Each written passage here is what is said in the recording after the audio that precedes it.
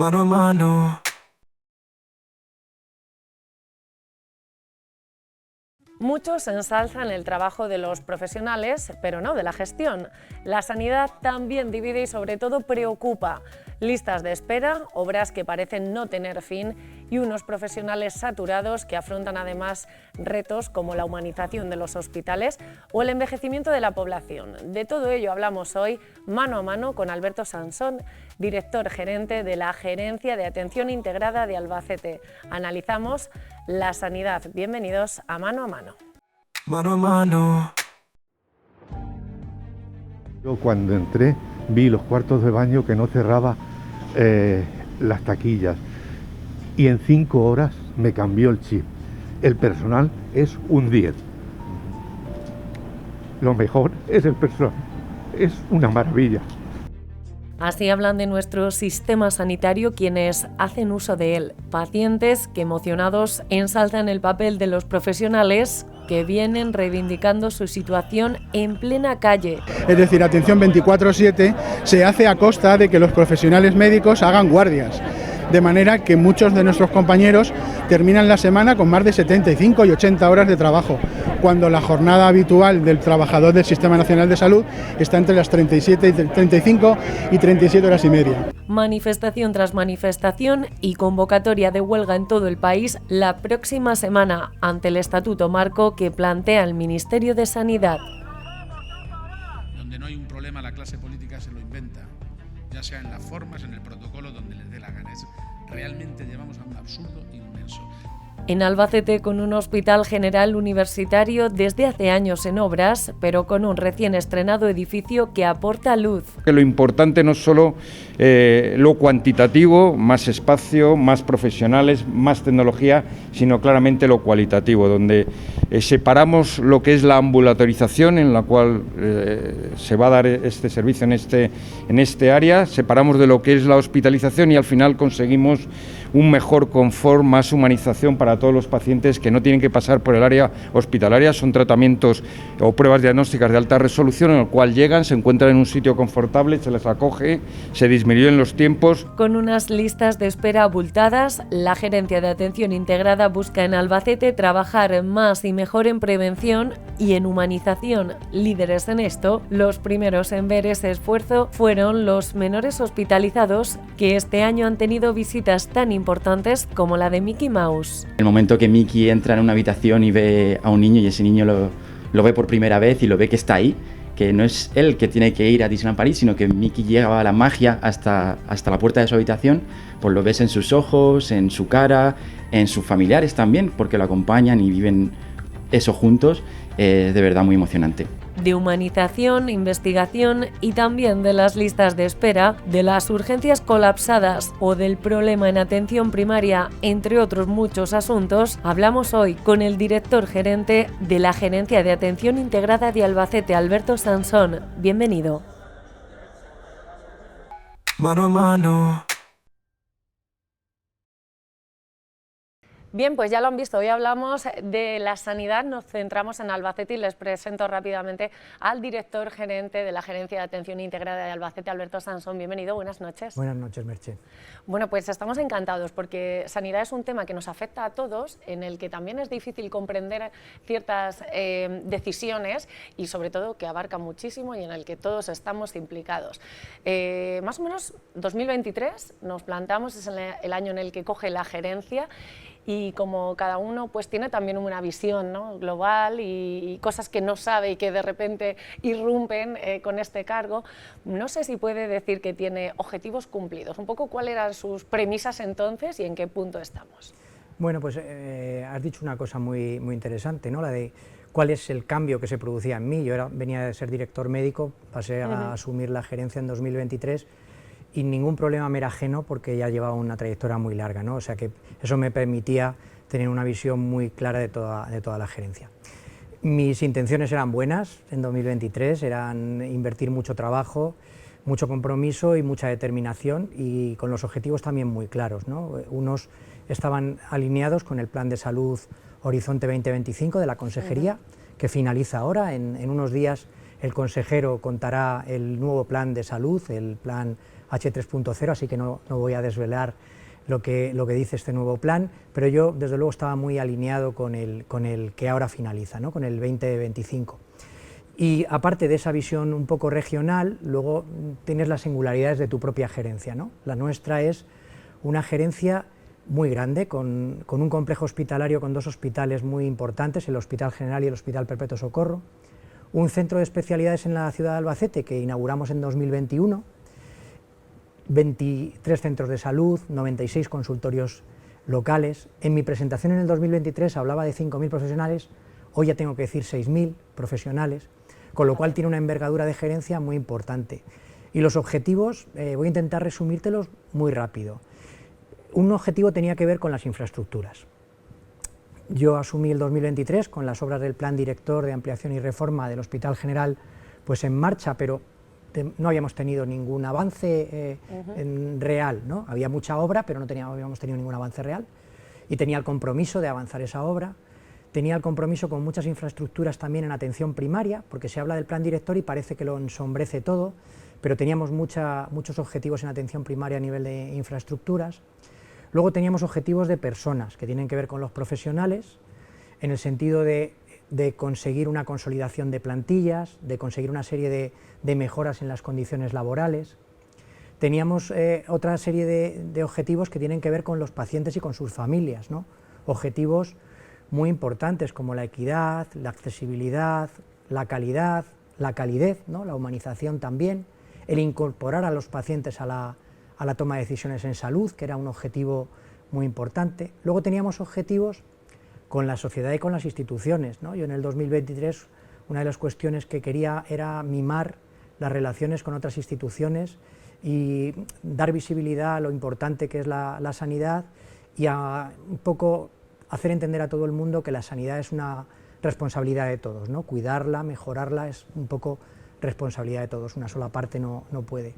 Y luego había unos objetivos más míos, más trascendentales, que tenían que ver con la responsabilidad de representar a tanta gente, ¿no? A 6.000 personas, de hacerlo de una manera que ellos se sientan pues un poco bien representados por mí, vender la marca Albacete en otros sitios que no son nuestra ciudad, venderlo a nivel regional y también fuera de nuestra región, sino venderlo a nivel nacional. Y en definitiva, pues eso, que la gente se sintiera orgullosa de su sanidad, de su salud de Albacete, y eso hace un poco que la gente lo que conoce pues acaba queriendo, ¿no? Y yo creo que ese era un poco también mi objetivo más personal, más trascendental. Pues mira, yo creo que vamos a ir desgranando poco a poco todos estos objetivos, porque si no recuerdo mal también, creo que llevamos unos 50 días, podemos decir mes de octubre, cuando Albacete inauguraba ese nuevo edificio casi anexo al Hospital General, un edificio polivalente que ha costado mucho levantar también, y no sé qué supone el que ya esté operativo este centro. Bueno, pues mira, lo has dicho también, llevamos 50 días en el que empezamos a trabajar con ese edificio. Tengo que añadir una cosa: a la vez que recibimos ese edificio, recibimos un edificio de instalaciones nuevo, que es el corazón de la obra, porque nosotros teníamos un edificio de instalaciones para alimentar 49.000 metros. Nuestro objetivo es alimentar 100.000, es duplicar la capacidad, entonces necesitábamos un corazón mucho más grande. A la vez que el polivalente, recibimos ese edificio de instalaciones. En el polivalente, que es un edificio de 13.000 metros cuadrados, el impacto para la gerencia es enorme, mucho más de lo que 13.000 metros cuadrados representan. No es un edificio ajeno al Hospital General, es un edificio que se incorporará al Hospital General. Cuando avance la obra estará integrado en el propio edificio, o sea, forma parte de, pero tiene un impacto a muchos niveles. Tiene un impacto a nivel de la capacidad asistencial, ¿no? Pasamos a tener mucha más capacidad en nuestros hospitales de día, en un área tan sensible como los hospitales de día. Pasamos de 18 puestos que teníamos a 47, pasamos de un hospital pediátrico de 4 camas a uno de 8, pasamos de tener 2 salas de endoscopia a tener 6, pasamos de tener una sala de broncoscopia a 2, pasamos a un nuevo centro de cirugía mayor ambulatoria con 6 nuevos quirófanos, con 24 camas de recuperación posquirúrgica. Eso es mucha más capacidad. Ese impacto se va a ir viendo y se va a ir viendo poco a poco. Decía, ese edificio tiene además un impacto que es emocional. es la plasmación de que el plan director va para adelante, ¿no? Claro. Es lo primero que recibimos, había una parte de lo emocional de todos, profesionales, pacientes, de los propios gestores, de mí mismo, ¿no? De desgaste, necesitábamos una señal de que algo avanza en la obra. Bueno, pues ya tenemos ese primer paso y yo creo que ese impacto emocional es casi tan importante como el otro en cuanto a la calidad de lo que hacemos.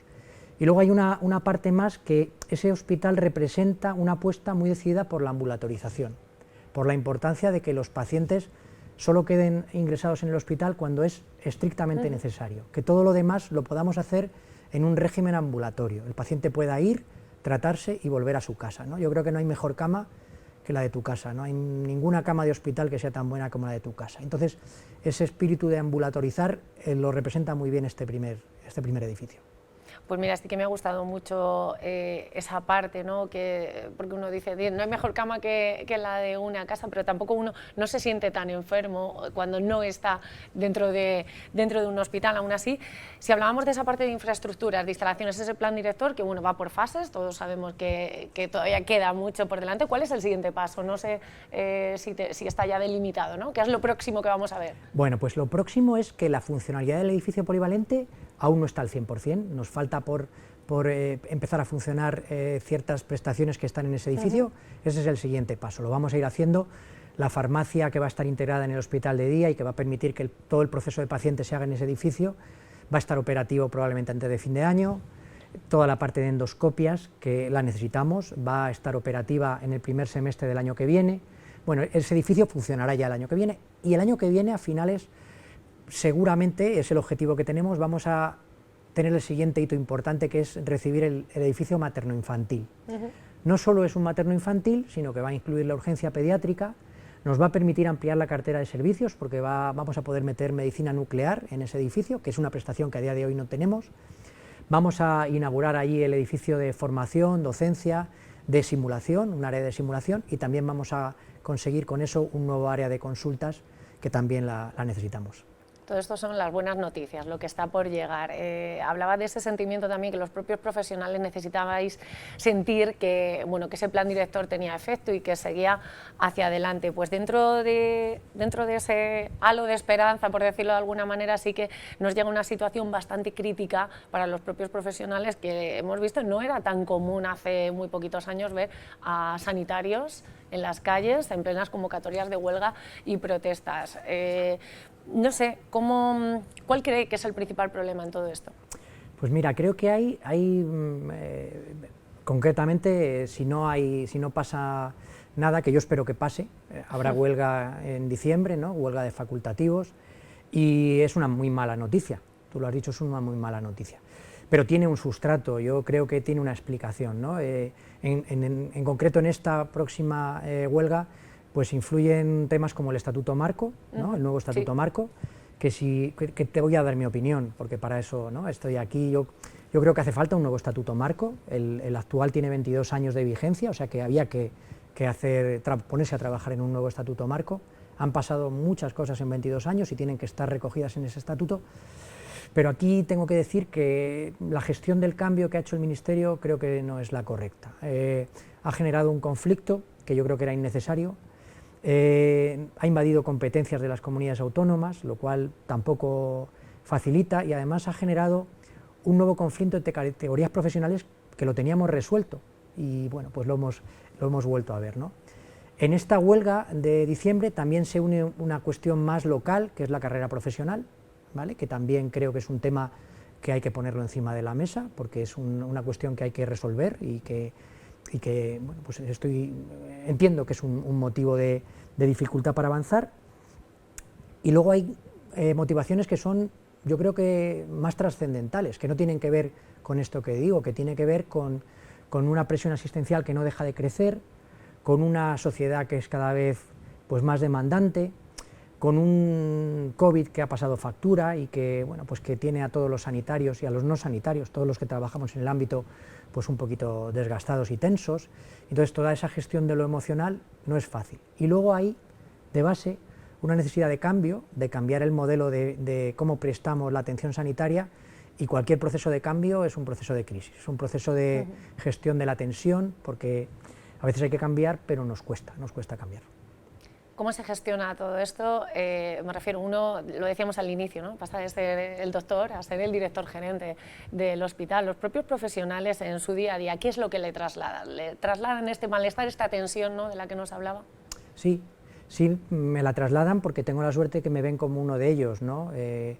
Mi trayectoria pues es de mucha cercanía y claro, no es que me la trasladen, es que yo quiero que me la trasladen, ¿no? Porque cuanto más conocimiento se tiene de esto, mejor, y aparte a mí también me permite explicarme, ¿no? Explicar por qué las cosas son de una determinada manera o no de otra, ¿no? Claro, no perder la visión tampoco, no perder el foco, ¿no? Efectivamente, y tienen mi empatía en muchas cosas porque hay muchas de las demandas que plantean que estoy totalmente de acuerdo, o sea que son reivindicaciones mías, con lo cual, pues bueno, no tengo ningún problema, ¿no? Algunas con matices, ¿no? Con matices porque mi visión es, probablemente en algunas cuestiones es una visión de gestión que no tenía, pero que ahora sí tengo, son 14 años dedicado a esto, entonces tengo una visión mucho más amplia de lo difícil que es a veces las cosas, que no parecen tan difíciles, pero que lo son, ¿no?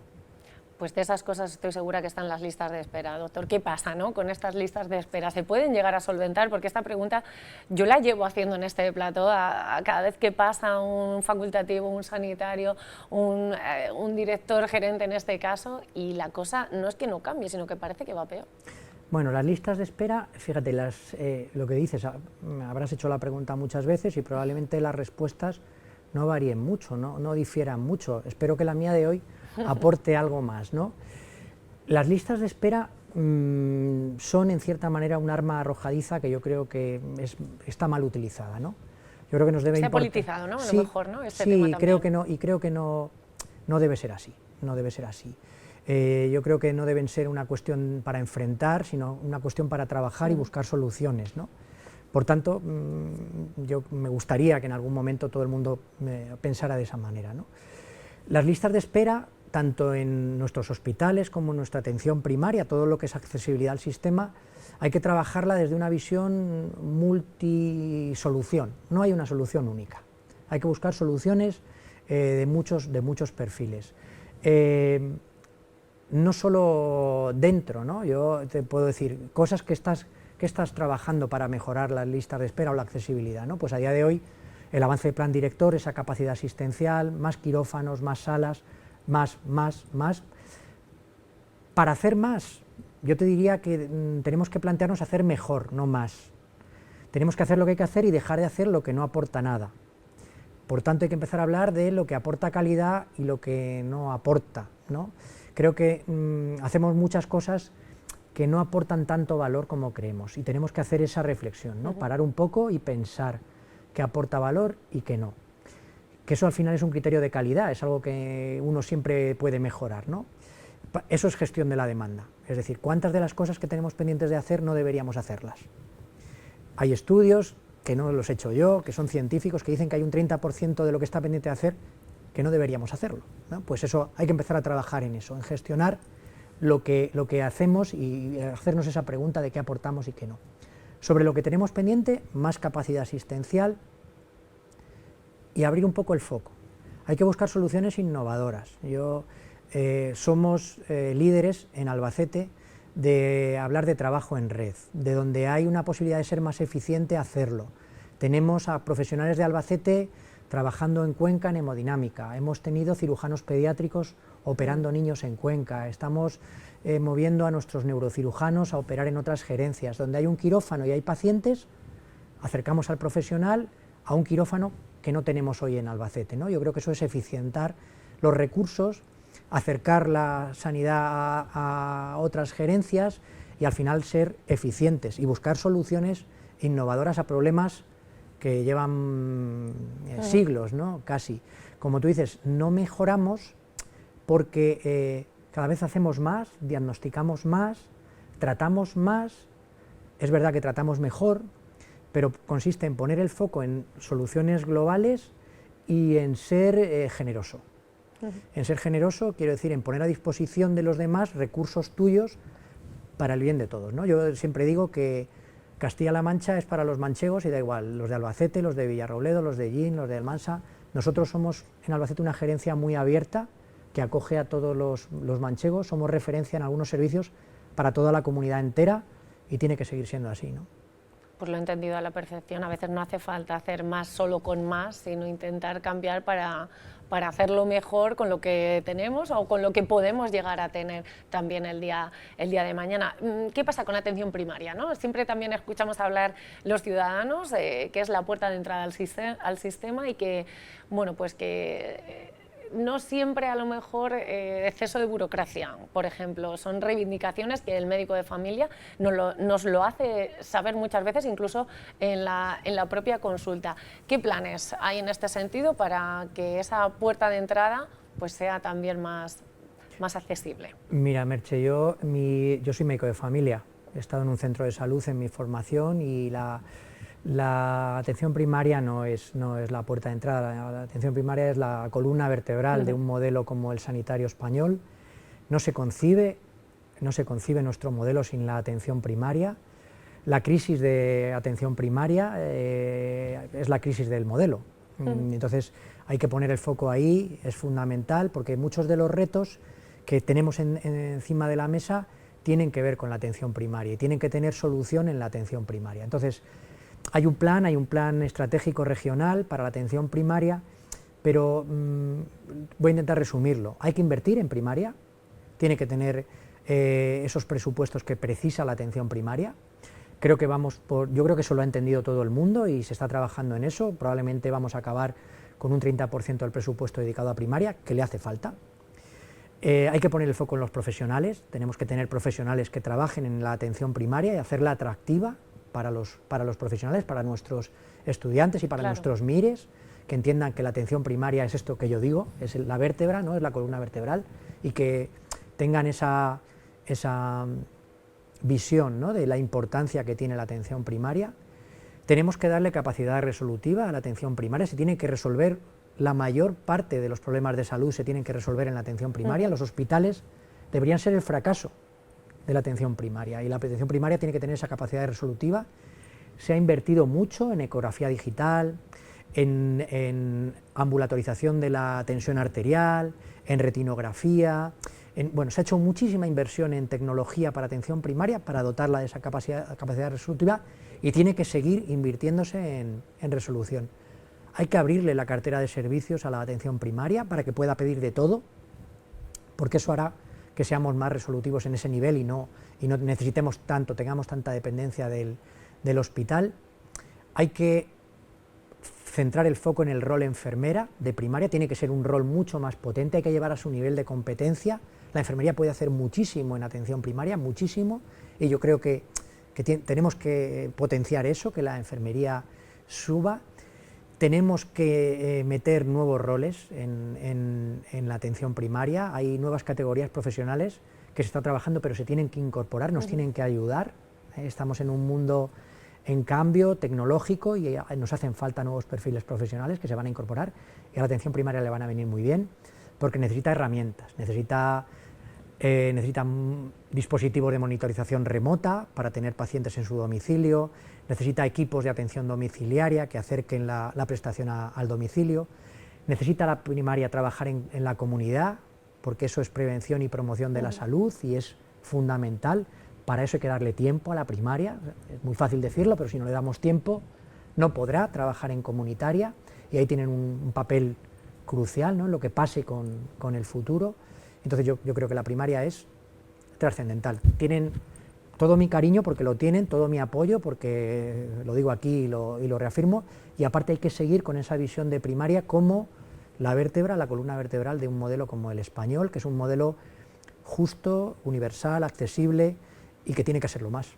Mira, introducía conceptos también que, bueno, hace muy poquito también tuvimos al presidente del Colegio de Médicos en este plató, y sí que nos hablaba también pues de la telemedicina, ¿no?, que se planteaba también como una solución encima de la mesa pues para desburocratizar también las consultas médicas de atención primaria. No sé cuál es la perspectiva respecto a esto, si la inteligencia artificial puede ayudar, si la telemedicina es el futuro o hay una parte dentro de esa atención primaria que no va a cambiar, ¿no?, que es esa presencialidad también con el médico, que es algo que también da miedo en la calle, a cómo va a ser este futuro. Bueno, yo para esto tengo una respuesta muy clara. Hay una cuestión que es la calidez, que es la humanización, que es intrínseca a nuestra profesión y que no hay ninguna herramienta de ningún tipo digital que la sustituya. Eso no, la cercanía de un profesional sanitario, la mirada, la sonrisa, la complicidad, no son herramientas tecnológicas. La tecnología, la digitalización es una herramienta, no es un fin, no es el que se plantea esto como... Ahora hay cierta fascinación con lo digital, una castaña digitalizada es una castaña, no deja de serlo, ¿no? Entonces hay que saber muy bien para qué quieres utilizar las herramientas, ponerlas a servicio de la prestación, de tu objetivo, pero nunca son un fin, son un medio, no, el que piense otra cosa se equivoca y no hay... esta es una profesión que es imprescindible, esa calidez, esa cercanía, esa mano en una pierna, en un hombro, esa sonrisa, ¿no? Hasta con mascarilla éramos capaces de comunicar con los ojos, pues esa cercanía del profesional es fundamental. Dicho esto, si hablábamos de atención primaria, por ejemplo, no sé, estamos en pleno invierno, ¿no? Llegan los primeros fríos y parece como que se hace más evidente pues, ese riesgo, esa campaña de la gripe, que es estacional, y no sé si este tipo de campañas pueden llegar a desequilibrar el sistema. ¿Qué supone, no? Porque dentro del SESCAM en sí, siempre la campaña de la gripe es un momento importante, sobre todo el de prevenir, ¿no? Pues mira, la Navidad, ¿no? Nos trae cosas buenísimas, nos trae besos, abrazos, amigos, familia, reuniones de empresa, ¿no? Y nos trae virus, bueno, hay que convivir con ellos. Nosotros trabajamos con una estrategia muy clara, que son los sistemas de vigilancia epidemiológica, que nos van dando señales de por dónde vamos, ¿no? De si el virus se comporta de una manera que intentamos prevenir, pero no es fácil, ¿eh? Hay años que son muy virulentos y tenemos situaciones muy complejas, y otros años son mucho más amables y no tenemos tanta presión. Pero bueno, vigilancia epidemiológica para adelantarnos. Tenemos planes de alta frecuentación que tienen que ver con las infecciones respiratorias, que los tenemos muy trabajados, por desgracia el COVID nos los puso al día a todos, y tenemos planes de alta frecuentación hasta niveles disparate, ¿no? Que yo llamo, que nos permite, una gerencia como la nuestra, que es una gerencia integrada, nos permite tener planes que conciben el hospital y la primaria de forma unida, vamos escalando medidas cuando vemos que hacen falta, en la idea que tú has comentado. Hay que atender lo urgente siempre, e intentamos que no colapse lo programado, que no nos obligue a desprogramar cirugías, que no nos obligue a desprogramar pruebas, técnicas. Eso lo conseguimos gracias al trabajo de mucha gente, a la que agradezco, a muchísima gente, a los 6.000 que trabajan para nosotros, y también a los programas de vacunación. Me permites, con el tema que has introducido, resaltar la importancia. Hay que vacunarse. Nos vienen muy mal mensajes de gente que dice barbaridades, ¿no? La vacunación es un factor de protección de nuestros ciudadanos que evita el colapso de los sistemas, y hay que recalcar eso año tras año. Es importantísima la vacunación. Es un acto solidario, que lo escuchábamos mucho también en época COVID, pero claro, hay otro tipo de virus muy asentados como el de la gripe, ¿no? Y como esa visión también de prevención hacia el vecino nos ayuda a comprender lo importante que es esos periodos de vacunación. ¿Qué pasa con las urgencias? Porque ahora lo mencionaba, ¿no? También parece como atención primaria ha calado lo que decíamos que es la columna vertebral, que es la puerta de entrada, pero urgencias, nuestros profesionales sí que se quejan un poco de estar olvidados, ¿no? de estar colapsados desde hace mucho tiempo. Sí, bueno, yo te decía que soy médico de familia, pero también soy médico de urgencias, ¿no? Mi plaza está en la urgencia hospitalaria, o sea que conozco ese terreno. Yo creo que todo el mundo valora mucho la urgencia, pero desconoce muchas cosas de la urgencia, desconoce la presión, desconoce los horarios, desconoce el desgaste físico, emocional que supone para todos los profesionales que trabajan allí, de todas las categorías profesionales, desconoce la variabilidad en su práctica, es decir, puede entrar cualquier cosa por la puerta de urgencias, porque como me decía una vecina, la urgencia siempre te atiende, ¿no? Bueno, pues eso es así, deberíamos todos hacer ese ejercicio de reconocimiento, de visibilizarlo y de agradecer, hago autocrítica, deberíamos todos ser mucho más agradecidos con la urgencia, reconocerla, visibilizarla, y también hacer un ejercicio de corresponsabilidad, ¿no? A la urgencia hay que ir cuando hay que ir, y la urgencia está para atender lo que tiene que atender, ¿no? Cuando al final acabamos volcando todos los defectos del sistema sobre la urgencia no la estamos favoreciendo, estamos, entre comillas, no tratando demasiado bien a nuestros profesionales, ¿no? Y eso es algo que, ya digo, es un ejercicio de corresponsabilidad de todos con la urgencia. No es la de Albacete, es la de nuestro país. Yo estoy en muchos foros con mucha gente y ese valor a la urgencia todo el mundo se lo da, pero al final el comportamiento con la urgencia no es el que debería ser. Es una presión excesiva que, ya digo, física y emocionalmente no es fácil de soportar para nuestros profesionales. No quiero dejarme, quiero ir a la parte de los retos y entre ellos sí que está, por ejemplo, ese envejecimiento al que se enfrenta la población y bueno, pues eso entronca también, ¿no?, en cómo concebimos la sanidad. Esto supone un gran reto, ¿no?, para el sistema actual. Eso supone la necesidad de cambiarlo. Es crudo decirlo, pero supone la necesidad de cambiarlo. Somos víctimas de nuestro éxito, ¿no? Hemos conseguido tener la longevidad más grande casi del mundo, ¿no? Somos el segundo país del mundo con más longevidad. Ahora tenemos el reto de que sus años de vida sean de calidad, ¿no? No tener un envejecimiento no saludable, sino que la gente tenga el mayor tiempo de vida pero saludable. Y atender ese envejecimiento supone hablar de cronicidad, de fragilidad, de enfermedades crónicas complejas, de enfermedades que eran mortales y ahora las hemos hecho crónicas. Toda esa atención de ese perfil de paciente, ese perfil demográfico, es un reto enorme para el sistema y hay que abordarlo desde la atención primaria, desde el sociosanitario, desde los hospitales, pero de una forma integral. Los hospitales solos no pueden abordar este tema, no, ni deben, porque los hospitales al final, como decía, son un apoyo al resto de niveles, no deben ser nunca un finalista en este sentido, ¿no? Porque al final, cuando un anciano está en un hospital es porque hemos fracasado en gran medida en los otros niveles, ¿no? Entonces, atención domiciliaria, lo que decíamos, atención a distancia, telemonitorización, monitorización de dispositivos que nos permiten ser más proactivos y menos reactivos, que no atendamos a la enfermedad, sino que seamos capaces de anticiparnos, de trabajar antes, de trabajar en prevenir, en promocionar la salud. Bueno, todo esto, ya digo, supone el gran reto, que es el de cambiar un modelo de prestación que era muy de tratar la enfermedad, a hablar de salud mucho más, ¿no? Hablar de salud más que de sanidad, esto lo dice mucho mi consejero, yo lo tengo clavado, ¿no? Porque creo que es así, debemos hablar muchísimo de sanidad, o sea, muchísimo de salud, para dejar de hablar tanto de sanidad. Ese es emblema que decimos, más prevenir en vez de curar, ¿no?, que es lo que creíamos que íbamos a hacer en los hospitales, ¿verdad? Sí. Mira, voy a contar es que me ha venido muy bien para contarte un proyecto de investigación en lo que Albacete es protagonista, un proyecto nacional con 200.000 ciudadanos, que vamos a trabajar con ellos 20 años, en la idea de prevenir enfermedades, de entender enfermedades. Tenemos un nodo en Albacete, y por eso lo digo orgulloso, ¿no? Es un nodo que está en atención primaria, por eso lo digo más aún, porque la primaria tienen que investigar más. Y este es un proyecto que puede ser ejemplo para otros, un proyecto desde primaria para la gente. Son ciudadanos, no son pacientes, son pacientes, son ciudadanos porque no están enfermos, te permiten entrar a la muestra, entras, te hacen determinaciones, te hacen un seguimiento de 20 años para conocer mejor las enfermedades y poderlas prevenir en fase más precoz, ¿no? Prevención y promoción. Esto es un ejemplo clarísimo desde la investigación, cómo hay que poner el foco en esto, ¿no?, en prevención.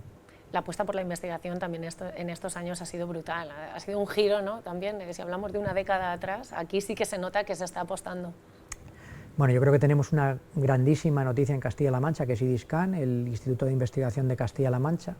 Teníamos mucha investigación y buena, pero desperdigada en una región muy extensa.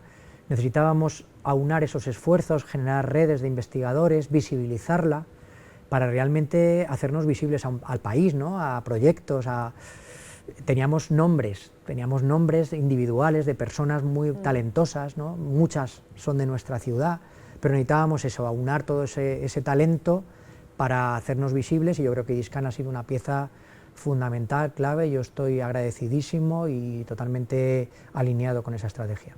hay otra pata que no hemos tocado y que sí que a mí me gusta mucho, porque creo que en Albacete también se está haciendo muy bien, y es cuando hablamos de humanización. Si, bueno, no voy a decir si todo lo demás falla, pero si la trayectoria nos ha llevado a estar en un hospital, ahora se está de un modo diferente, y eso es gracias a, no solo a las infraestructuras, a los profesionales y al modo de trabajar, ¿verdad? Sí. Mira, la humanización, yo soy muy de humanización, algunos de mis compañeros de dirección dicen que soy un poco unicornio en eso, pero es que me lo creo totalmente. La humanización ha sido clave de varias cosas: tener un plan, hay que tener un plan de humanización, tener gobernanza, o sea, tener una dirección general de humanización es muy importante, que haya un coordinador de humanización en cada gerencia es muy importante, porque al final son los catalizadores de todos esos proyectos. El haber conseguido generar embajadores de la humanización, profesionales, pacientes, familias, voluntarios, que nos plantean sus proyectos y que salen adelante. Tenemos, lo actualicé ayer, tenemos 68 proyectos activos en Albacete, solo en nuestra gerencia, que tienen que ver con humanización. El edificio polivalente es un ejemplo maravilloso de humanización. Se ha trabajado con todo el cariño del mundo para que los espacios fueran amables para los pacientes, para los profesionales, para las familias, para que toda la experiencia paciente tuviera sentido, para que haya luz, para que la tecnología que se ha puesto sea confortable, teniendo en cuenta que hay pacientes que están 8 y 10 horas allí, ¿no? Para que pudieran estar 8 y 10 horas no como en su casa, pero casi. Que, bueno, pues todas esas cosas que tienen que ver con humanización yo creo que tienen un retorno para todos tan importante, que debe permear en la organización y que eso sea una pieza clave y estratégica. ¿Cuál es el reto? Ya sí que sí llegamos al final del programa y bueno, pues hemos hecho, yo decía que sí que íbamos a tocar casi todas las partes de esos propósitos iniciales, ¿no? Que hacíamos balance de cómo están o de los satisfechos que podemos estar con el desarrollo en este tiempo, ¿no? Pero ¿qué le gustaría ver el día de mañana? Sentarse otra vez aquí y decir, jolín, pues yo que tenía todo mi empeño en esto y a día de hoy ya ha echado a andar.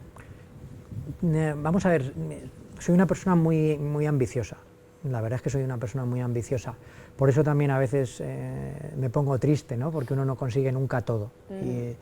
Pero bueno, me pongo triste, pero me dura muy poco, me dura lo que vuelvo al hospital y me vuelvo a enchufar, ¿no? O sea que no...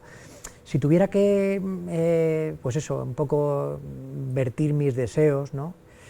Pues creo que te he ido dando pistas, ¿no?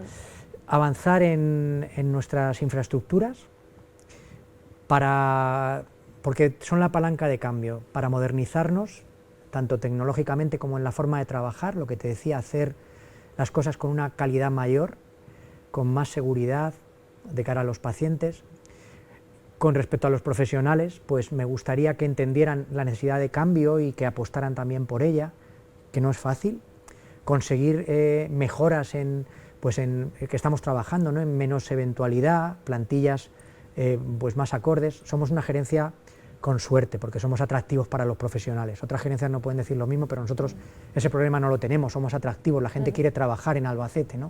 O sea, en eso tenemos suerte, pero sí avanzar en conciliar. La gente joven nos pide conciliación, nos pide, su vida personal es muy importante para ellos y tenemos que coger ese mensaje y trabajarlo en esas políticas de conciliación de la vida profesional y personal. Me gustaría que la humanización siguiera permeando, ¿no? Esa calidez en la atención, porque tiene mucho retorno. Es muy importante para los pacientes, pero para los profesionales que están convencidos de ella también. Se convierten en unas relaciones que son beneficiosas para las dos partes, ¿no? Uno se va mucho más tranquilo a su casa, ¿no? Cuando la relación con su paciente ha sido buena. Con respecto a lo que te decía de las relaciones con todo el tejido social, con las instituciones, estoy muy contento a día de hoy, mantener esa confianza que tengo con el resto de instituciones de la ciudad, ese apoyo que noto. Me siento una persona querida y eso significa que quieren lo que represento, ¿no? Entonces no, en eso mantenerlo, no quiero, ya te digo, no me siento en ese sentido bastante bien pagado por el resto de instituciones.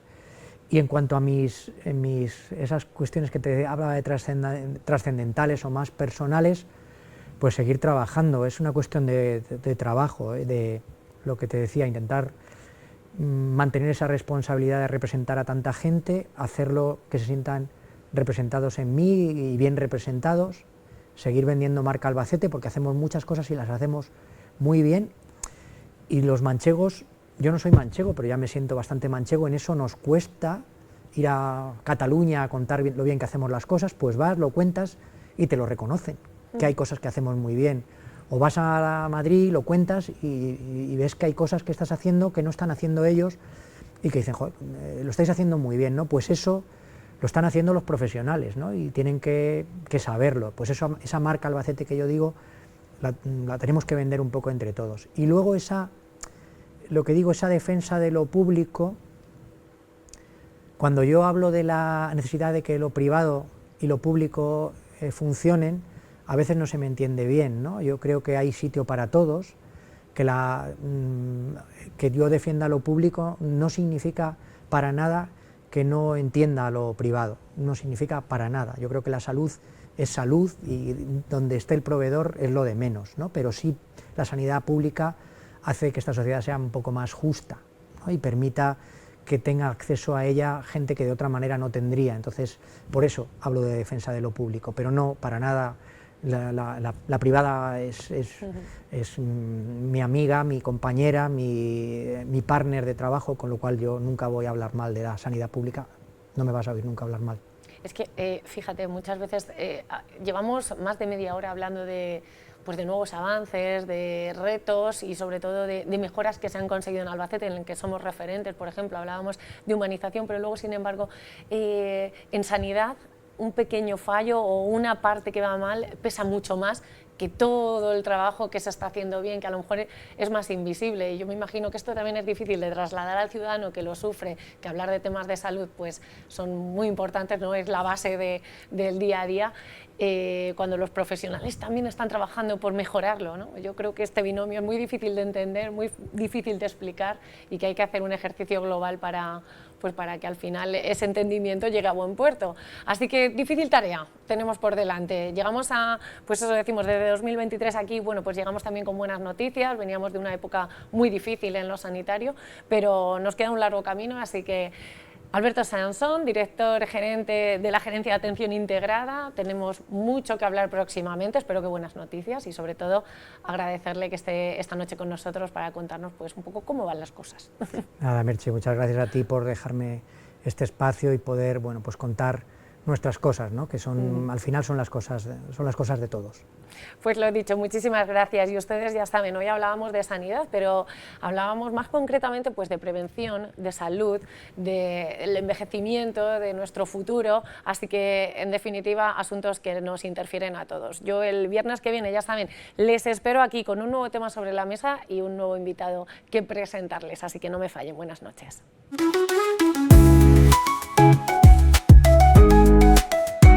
Mano a mano.